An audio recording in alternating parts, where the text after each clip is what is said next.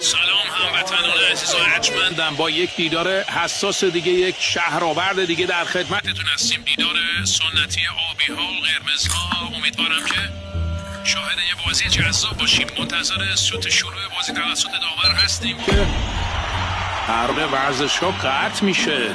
امیدوارم که این نقص فنی جزئی باشه. خیلی سریع برگردیم به بازی.